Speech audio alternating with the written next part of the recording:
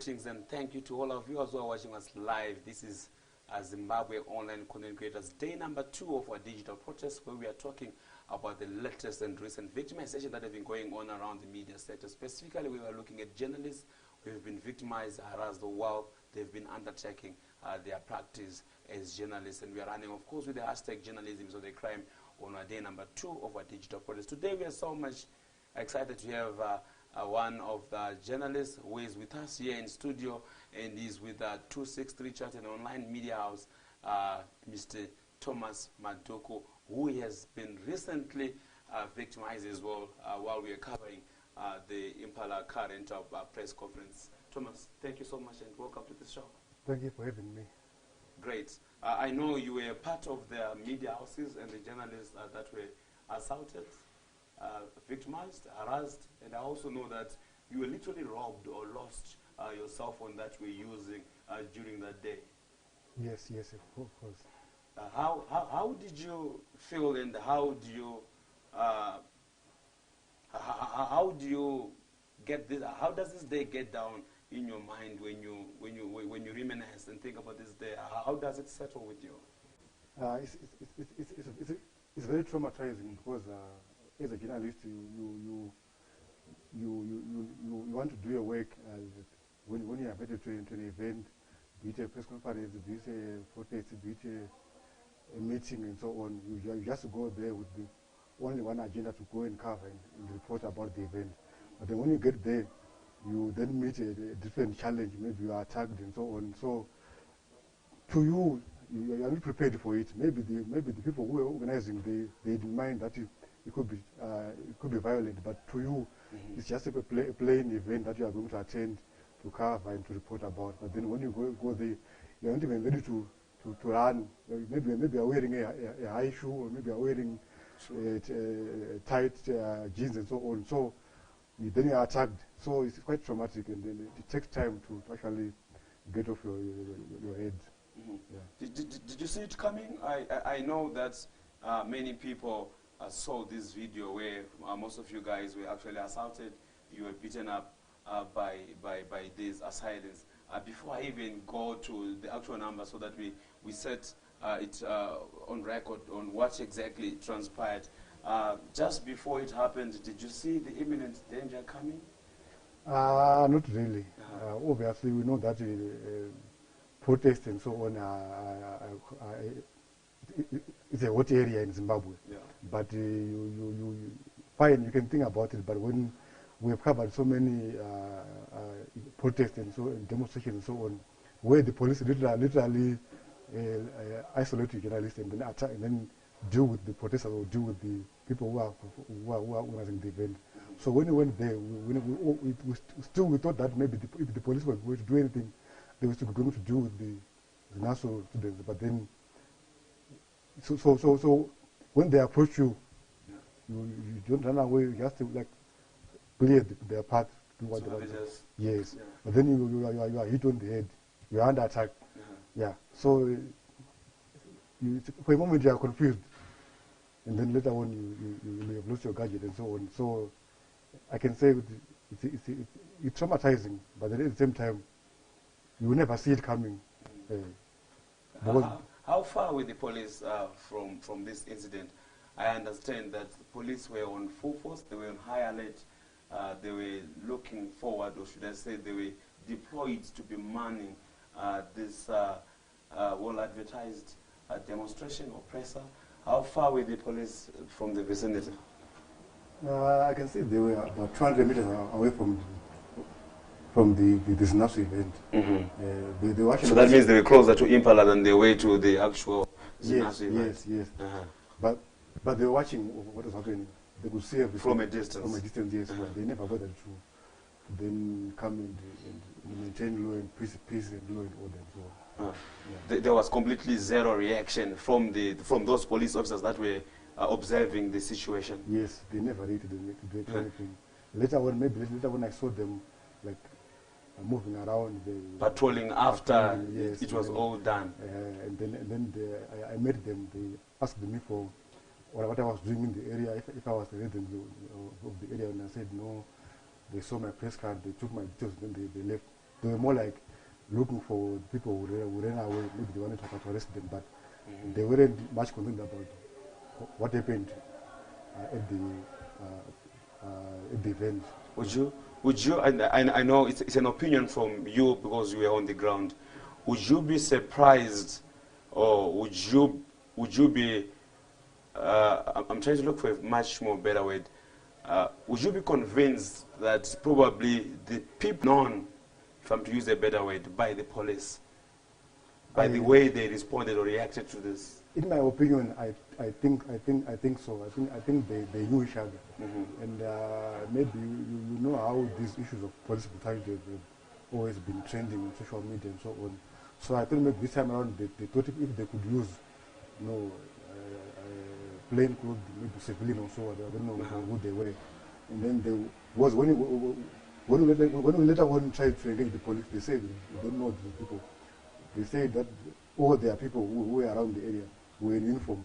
So whoever attacked the students and journalists were not part of their team. But I guess they were together. Yeah. So you are of a view that obviously they had to use people that were not wearing the normal uniforms that we could identify, yes, and they allowed people that were not wearing uniforms so that they do not claim any responsibility? Of course. And then you see that after the event, there wasn't much noise around the police brutality. So maybe they escaped this time around because they were not really on the ground to attack the media and those Zinaso guys. Yeah. So when the Zinaso guys were also attacked, I understand there were arrests that were also made. I don't know if your memory is still fresh. Who may have undertaken this arrest? Did you see any police officers arresting any Zinaso participants? No. When they attacked the students and journalists, the guys, the hooligans who were attacking journalists, after apprehending the Zinaso president, Tanguzo Kadzore, after assaulting him and doing everything to him, they then took him to the police and literally handed over to the police. And then in the middle of handing him over, they were still assaulting him. But the police, they never. So we can safely say from that narrative, the assailants were working with the police officers. Of course. And the police officers, they should have surely known whom they were working with. Of course. And they cannot then claim denial or ignorance of who these people are. Yeah, they can't. In short, they're complicit. They were together. I think they were part of the team. But then, what do you suspect these people? Could we call them police officers? Could we call them intelligence, militaries, and PF youths? I don't know. Oh, what would you suspect these people could be? Maybe from ZANU-PF. Yeah, because the cars they were using, those Nissan Navara cars used by ZANU-PF during last elections. But this one they were not marked. But I want to believe that they could be from ZANU-PF. Yeah. And part of the car appeared behind you. There's a video that is doing rounds that we saw a white Nissan hardbody that came from behind where the presser was going on, and it is alleged that this is the same vehicle that went out and brought in hordes of these youths that then assaulted the journalist. Yes. Is that a correct narrative? Yes, because personally for me, we were there earlier than the event, so we could see the type of cars moving around the area. So they've been manning this area for a long time before. Yes. So there were these cars, about 4 of them, different colors. So this particular car was also milling around the area. So I guess when the guys changed the venue from Impala car rental to Neo Kmart, I'm sure there were some informers who were able to then tell them that they changed the venue. So this car was actually parked behind the place where they actually did their press conference. Okay, so the crew behind the scenes actually have a video of what really transpired. What we're going to be doing now is to cross over to that video so that our viewers who are probably hearing about this story for the first time have an understanding and an appreciation of exactly what could have transpired during this moment. Tingangoti tauya pano Impala tinozviziva kuti ndivo vakarendesa mota kune vakatora mumwe wedu mudzidzi paMidland State University Tawanda Mucheiwa, vakapiwa mutongo nedare kuti hazviiti ngavamire vakapiwa mutongo nedare kuti hazviiti ngavabudise vakapiwa mutongo nedare kuti chimiroka link ndangotwita kuti you're live but andakuza link which is a bit of an improper tweet.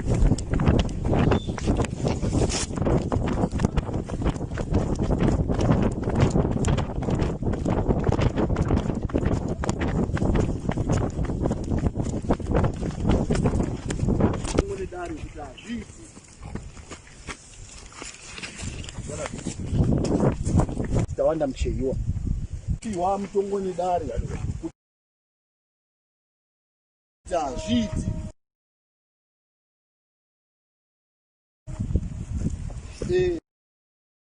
ngavabudise vakapiwa mutongo nedare kuti hazviiti.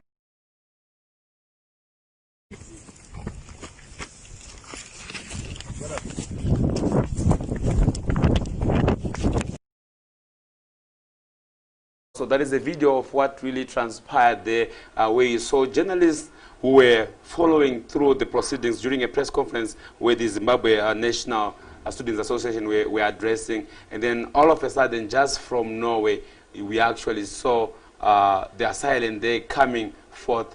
And I know most people from the first video that was doing rounds, you only saw one guy that appeared, and then he assaulted the journalists that were addressing the press conference. Thomas, if you can make us understand here, people are saying that how could a bunch of journalists plus the Zimbabwe Students' Union be disempowered by one human being? Fill us in exactly what transpired. Was it just one guy there, and how did he assault all of you as journalists? I think people are basing maybe on the pictures circulating that where the pictures show just one guy, the one who was at the forefront of the guys. But then there were other. I think there were over 8 of them who followed the guy in dark t-shirt was at the front. But then there were other guys who were also part of the crew. So there were over 8 guys. We couldn't really count them because we were running for cover, but there were more than one. How did they attack? If you can remember, how was it? Was it indiscriminate?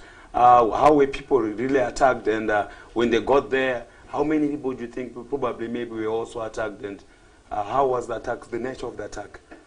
I think they were just attacking everyone, including students, including journalists. That's why I find that I myself lost my phone. Others lost their cameras and other gadgets. So they were attacking everyone without even selecting. They were just attacking, just hitting everyone. If you can't run, if you can't hide, or if you can't do anything, they were just attacking you.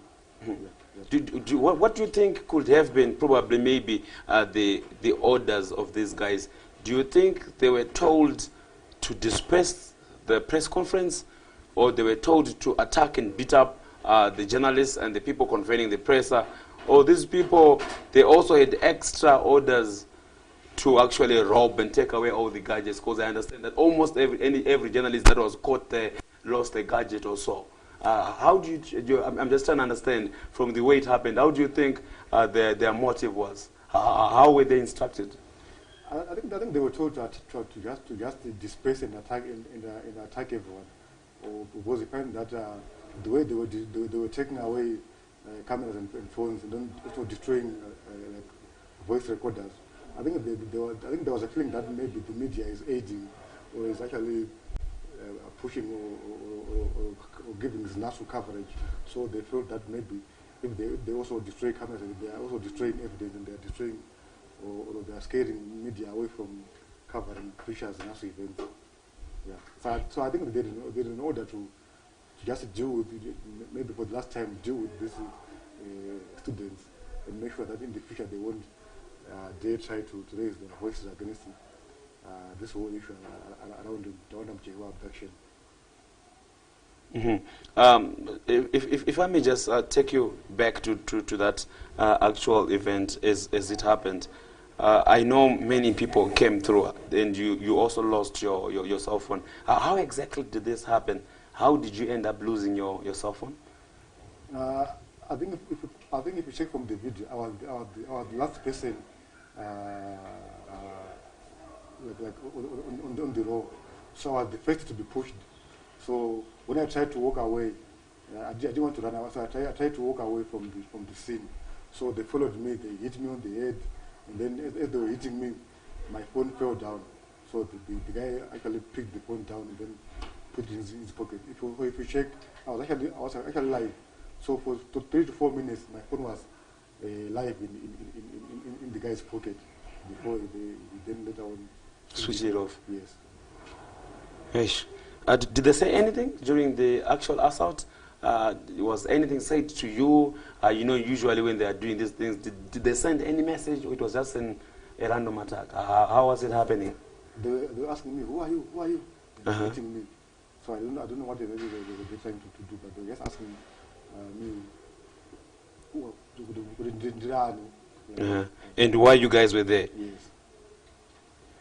What would you argue or debate the fact that obviously these people had the interests of Impala, hence they were disrupting this event? The whole event was around Impala car rental. So I guess whatever they were doing, there was an interest around protecting maybe Impala car rental. Of course, there's not they had gone to Impala the previous time and protested just at the end of the Impala. So this was more like a fallout. So maybe they felt that if they allow them to just go and check, maybe next time they will come back again. So I guess the interest was around Impala. Well, the police made sure that the area around Impala was closed out for any protest. And I'm trying to establish something there while I'm having these questions to you. So if obviously it looked like these people in interest of Impala and the police also allowed this act to happen, would I be wrong to have an assertion that they were both under instruction to make sure that both the press and the press and the Zenaso guys should not have any talk or any discussion around this issue? And it obviously came, these were orders that they obviously came or supposedly came from someone with better interest in Impala? Would you deny that narrative? I can agree, but I think maybe the Impala issue is just one of the main issues. There have been attacks against the media even before this Impala issue. So I think maybe the message was that the media is actually aiding and maybe opposite aligning the activities, including the labs and so on. So maybe they feel that maybe if they allow it to happen without any consequences to those people who continue to cover these events, maybe in future they will continue to cover this event. Because the media, they feel maybe the media is propping the national, is propping the anti-government mantra and so on. Have you ever been assaulted while you were undertaking your job as a journalist? Besides this recent event, have you ever been exposed to such an experience before? Not quite really. Maybe I can say mistaken identity. Last time when they were protest at the Resende by Tajamuka some time back. So maybe they thought I was part of the protesters, so I was hit by the battle stick. That's 2-3 years ago. So I can't really say they were attacking me intentionally, but maybe they thought I was part of the Tajamuka guys. Yeah. What would you then think probably is the message that these people are trying to send? Would you agree with me that this was an onslaught, a direct attack on media as a practice and journalism as a practice, so to say? Yeah, I agree very, very much, because I'm sure in a democratic society, the media should be allowed to report on anything happening. If there's a protest by this national, whether the government likes it or not, it's newswork to ordinary people. On that point, there was a question that I'm sure when I went with you guys to the police station to report, there was a police officer who actually said, I remember his words were like, was that event sanctioned by the police? Were you authorized to cover that event? Don't you feel that they're trying to set a precedence that says if it's going to be an anti-government event, media shouldn't be there? Yeah, kind of. Because when you attack a journalist, or maybe when the police like set tags on journalists, they are simply trying to say, next time we don't cover this event. So it's in a way silencing the media, or trying to control the media to say, cover this event, don't cover this event, and so on. But would you allow that to happen? We are all media practitioners here. Would you want that narrative to be set, or that precedence that says then you are not able to cover certain events? Do you think it's something that you'd want to take? No, it's very wrong. It's undemocratic, because the media, I can say, is a media of society. So whatever we report what people want to read about, not what the government wants people to read and hear about. So I don't think the government or any other government agency or arm should have a say in what the media reports about. So I think it's a very wrong, it's a very bad precedent that should not be allowed to go and challenge it. Yeah. Does this scare you? Do you now think twice if you are to go out there and cover an event that is probably deemed to be untested? Do you think twice? I know it's been almost 2 weeks since this happened. Do you think twice about appearing and going to cover an event that is untested? Yeah, it's very unsafe. You need to actually think before you go, because maybe I can say you need to be prepared, because you may go to an event thinking that maybe it's a 30 minutes event, I'll be break in 30 minutes, but maybe you may end up in hospital or maybe even be killed. Because those people, when they were attacking us, they never showed, or they didn't, they were just attacking like randomly, and you never know what could happen. You could actually be killed. So obviously, for a moment, you think, will I be safe if I'm to go there, or if I'm going there? Obviously, you can't go on your own. You want to go with someone. Maybe for safety, you maybe go 3 or 4 other journalists as well. Yes, you go on your own. Maybe you may be bundled into a truck or you may be abducted and so on, and then no one will know about your whereabouts. Yes, so I think for now it's important that when we go to these events, you actually find someone to accompany you, or maybe 3 or 4. In other words, journalists, you no longer feel safe to attend any presser without necessarily having other colleagues around you, because you don't know what will happen to you. It's very unsafe now, very, very unsafe. Yeah.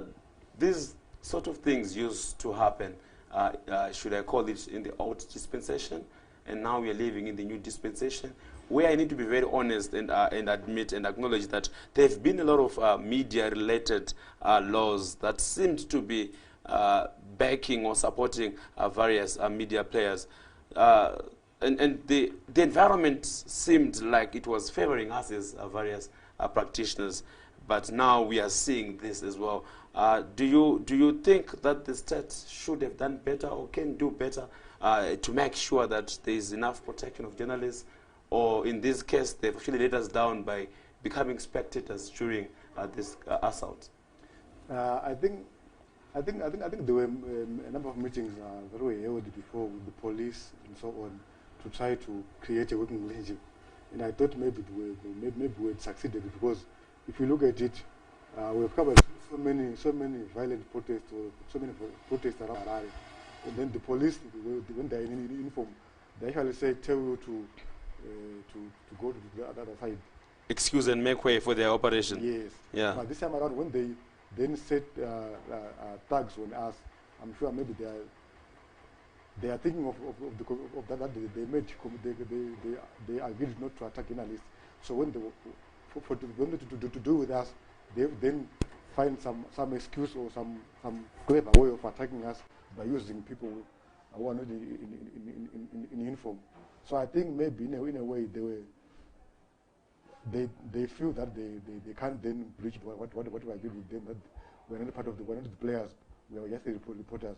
So for them to then bypass that or to just circumvent that, they then find thugs to attack us. We are going to be taking a short break after this question so that we go into our third and last segment, overloads. Because you came there with a gadget, with a cell phone, expensive cell phone, for whatever price it is worth to you. That was your asset. And you came back home without that gadget. Whom do you think should be held accountable over that loss? I think from what I was saying, that the decision to set thugs on us was to avoid any blame maybe on the police or Impala car. So it's quite difficult now to find anyone to blame or find anyone to approach for recovery, because if you go to Impala, they will say, well, you were not at our premises, you were around Okmart, and it's actually a distance from us. The police will say we're not part of the people who attacked you. And they find that there was a narrative that the people who attacked us were people from Brayside who were trying to maintain peace in their area. So when you hear such an explanation, it surely becomes difficult for us to then say, if I am to approach Impala, obviously they will start saying so many things, or refer me to the police, or maybe they will say you can go and make a police report and so on. So it's quite a bit confusing, a bit complicated. But I guess, like I said before, since they were trying to protect Impala car and our premises, maybe you can say they could be liable for this loss of my gadget. We are going to be taking a short break so that we continue into the next of this show, where we are talking nothing much but harassment and victimization that has been happening to various journalists while they are practicing. This is a show courtesy of the Zimbabwe online content creators. We'll be back after this short message.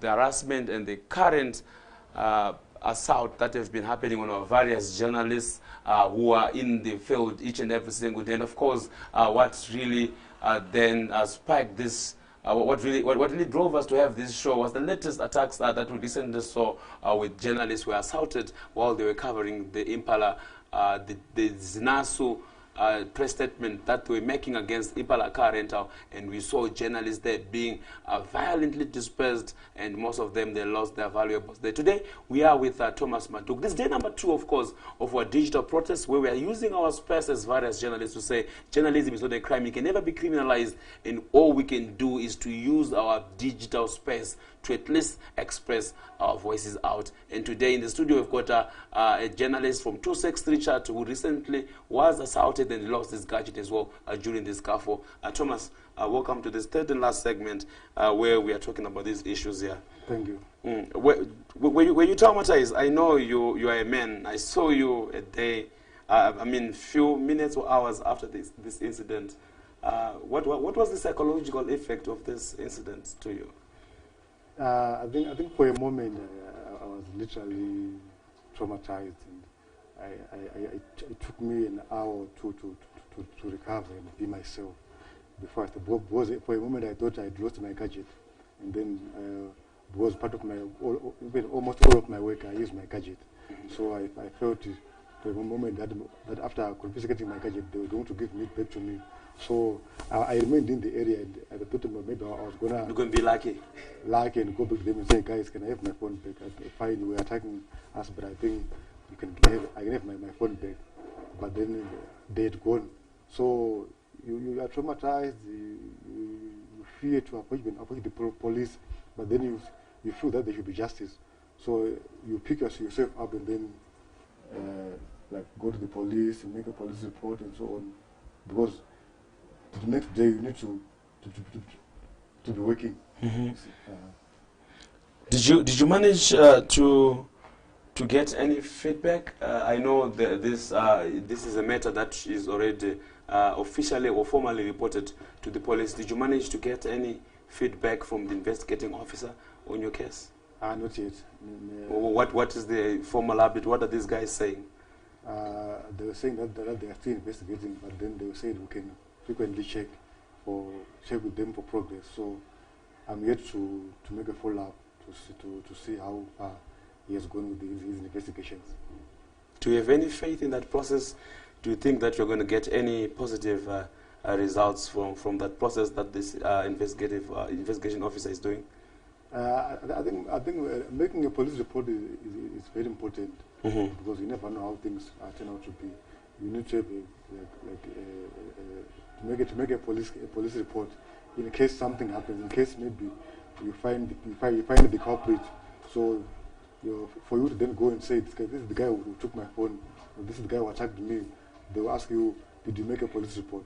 So it's very important for anyone, if you are attacked, to make a police report, just in case something happens. You may need that police reference number to then check up your case. Yeah. Mm-hmm. So far, are they showing any signs of hope to say we have got any leads or anything as far as the investigation is concerned? That's my main worry. Are you seeing any hope? I think in this case it's more of a political case. And maybe the police, their hands will be tied. So even if they are to know the culprits, they have to maybe to seek some authority from a high office to say, should we prosecute these guys? So I think because it's a political case, I think it's very difficult to get results in this case. I have no hope that maybe one day there will be justice in this case.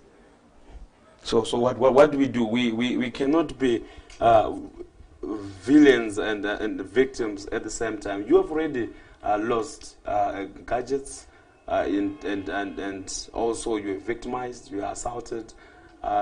Do you think it's fair at this moment in time to allow this to die? Because obviously this is the response that many people are saying, that if it seems or if it sounds as if the state is complicit, then chances of us as journalists, when I say us, we are now speaking on behalf of the media fraternity, chances of us getting any justice from this incident are close to none.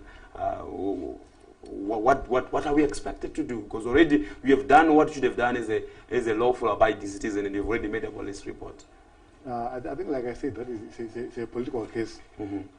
Usually it requires a political solutions, and I guess this whole platform where we are talking about this issue is maybe try to raise a voice to the authorities that maybe whatever happened on the day will not happen in the future.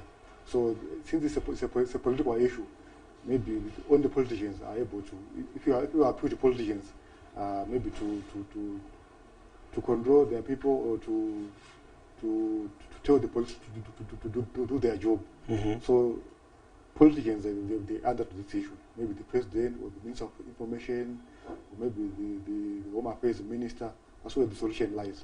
No, I'm not the police, like the ordinary police officers.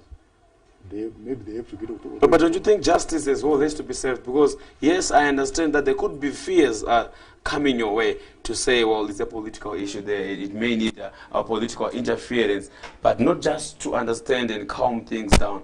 But don't you think that also justice needs to be served in the interest of rule of law and justice? Don't you feel that we need to get these people also to be apprehended and be brought before the courts of law? Because this was surely a criminal act that occurred. I agree. We may need justice, but my point is that since it's a political case, for justice to be done, I think it's very difficult under the current circumstances. So that's why I'm saying maybe what works better is advocating for maybe change of laws or maybe political will to respect the media and so on. But then, if everything was normal, obviously we would demand justice. But in our current context, justice will be very maybe a very long, very difficult path to take. But maybe just an appeal for political will from the leaders. Yes. I know this is a lot of different or various political offices involved with such matters. Which offices do you probably think could have done or can do better in making sure that at least justice is served over this matter, as far as you are concerned? Which responsible authority or arm of the state is well placed to make sure that justice is served over this matter? I think we're talking about the Home Affairs Ministry and the Ministry of Information, our Ministry of Media. Yeah, because the Ministry of Media is there to maybe to also work with the Ministry of Health, Ministry of Information. We are under Ministry of Information, so whatever we are doing, it's our parent ministry. So in our interest, maybe they have to then like fight for us, and then the Ministry of Home Affairs that covers the police. Maybe if we were to push them, we would say maybe they should thoroughly investigate what happened on the day, and maybe whoever is responsible should be brought to book. Yeah, interesting. So now we've got the Ministry of Information, Ministry of Information and Broadcasting. I think we should have actually met her yesterday, but unfortunately, due to reasons beyond her control, we are not able to engage her. I think also for the benefit of our viewers who are watching there, that we are also having some strong lobbying and advocacy over this same issue, where we are meeting the parent Ministry of Information and Publicity, so that we have some form of reprieve guarantee coverage. And I think more importantly as well, I still strongly insist that there has to be a form of recovery, because we cannot have journalists waking up today and tomorrow they've lost their gadgets, and it has to continue like business as usual, because that's a very tough and bad precedence that should be allowed to be set there. So these are some of the issues that we're trying to push and make sure that we put such cases to rest. Coming back to you, Thomas, I know you spoke about the victimization and the general fear. What has this done to you as a journalist? You have been attacked, you've been victimized, you lost your gadget. Should they be called out an event in CBD or outside CBD, do you think twice about covering such an event, especially if it's perceived to be anti-state? Are you going to be there? Are you going to cover it? I will cover, but maybe I have to think about my security. So when I get there, there are manuals on how to be safe when you are covering such events. So like when you go there, you need to watch out on maybe you need to find an exit point. You need to do those kind of things. So I will still cover, but then I will then. But is that fair? It now looks like we are covering a war-torn country, or it's like we are now going to be covering a Middle East warfare. No, this is Zimbabwe, which we are living in a much more civilized, or should I say, peaceful environment. But why is it that journalists are now burdened to think about all these things, escape routes, possible ways for you to safety and all that? Is this the normal Zimbabwe that we want to see going on from today, whereby a journalist says, okay, before I get there or before I start covering, how safe and do I have any possible escape routes? I think it's not normal, but in our current context, maybe it has become the new normal, that journalists are also not safe when they are covering like opposition protests and so on. So because you find that the public media sometimes they shun these events. So when you go there, you don't see Herald, you don't see ZBC, you don't see ZCN. You are sure that maybe there's something planned. So you need them to be very careful when you're covering those events. Now, speaking about being careful while covering such events, there's a rising concern that says that we should also try and shun these events because media houses that are covering such events are perceived to be anti-state. What's your take on this general assessment that says, well, why are you guys covering anti-state events? I think it's a perception. We just cover. Private media, we just look for news. That's why I find that if there are state events, we are also there again. We cover every event because we are private. We are more independent. No one controls where we go. But if we talk of public, and no one should control where we go. It's not within the. We talk of public media. Yeah. Maybe sometimes they are told not to go to this event, don't go to this event. But for us, we are everywhere. Some events are actually bad to say only public media should be here, but if given a chance, we cover. So we are not. It's a perception that we are pro opposition. We are just looking for news to feed to our audience. Thomas Madhuku, thank you so much for this time. We are talking, and we've been talking to Thomas Madhuku of 263 Chat, a journalist who was also caught up within the crossfire while he was covering the latest event, the press conference that was convened by Zinasu there, as they were speaking, or they were also registering their displeasure against Impala Current, the issue that is still before the courts there. And journalists went there hoping to get a story and cover a story, but they were just attacked by, should I say, unknown assailants who today are still not known about their whereabouts. Of course, police reports have been made so that we try and get justice over this matter, but there hasn't been any positive feedback as far as this case is concerned. And we're hopeful that probably maybe the police and the ministry, the responsible ministries are going to come in and chip in and make sure that justice is served, and we will not tire up until such things are put to rest. Today is officially day number 2 of our digital protest, where we are talking to various journalists who have been victimized, harassed, injured, beaten up, or robbed while they are exercising their constitutional mandate to cover news as enshrined in the Constitution Section 62 of our law. So this is what has been happening today, and tomorrow we are going to be back again almost same hour, where we are going to be having the same conversation with various journalists as we come together under the Zimbabwe Online Content Creators banner, and we declare and we continue to proclaim that journalism is not a crime and should never be criminalized. We should never be afraid, neither should we think twice about covering certain events. Mr. Madhuku, any parting shots before we just close this show? I know we've been talking a lot about what has transpired and what has been happening in our media circles as various journalists. Probably maybe your parting shots. Maybe I can say that the government should not take the media, whether private or public, as enemies. We are just there to report, to cover news, to report whatever is happening in the country. So when we go to these events, we cannot then be banded together with the event organizers.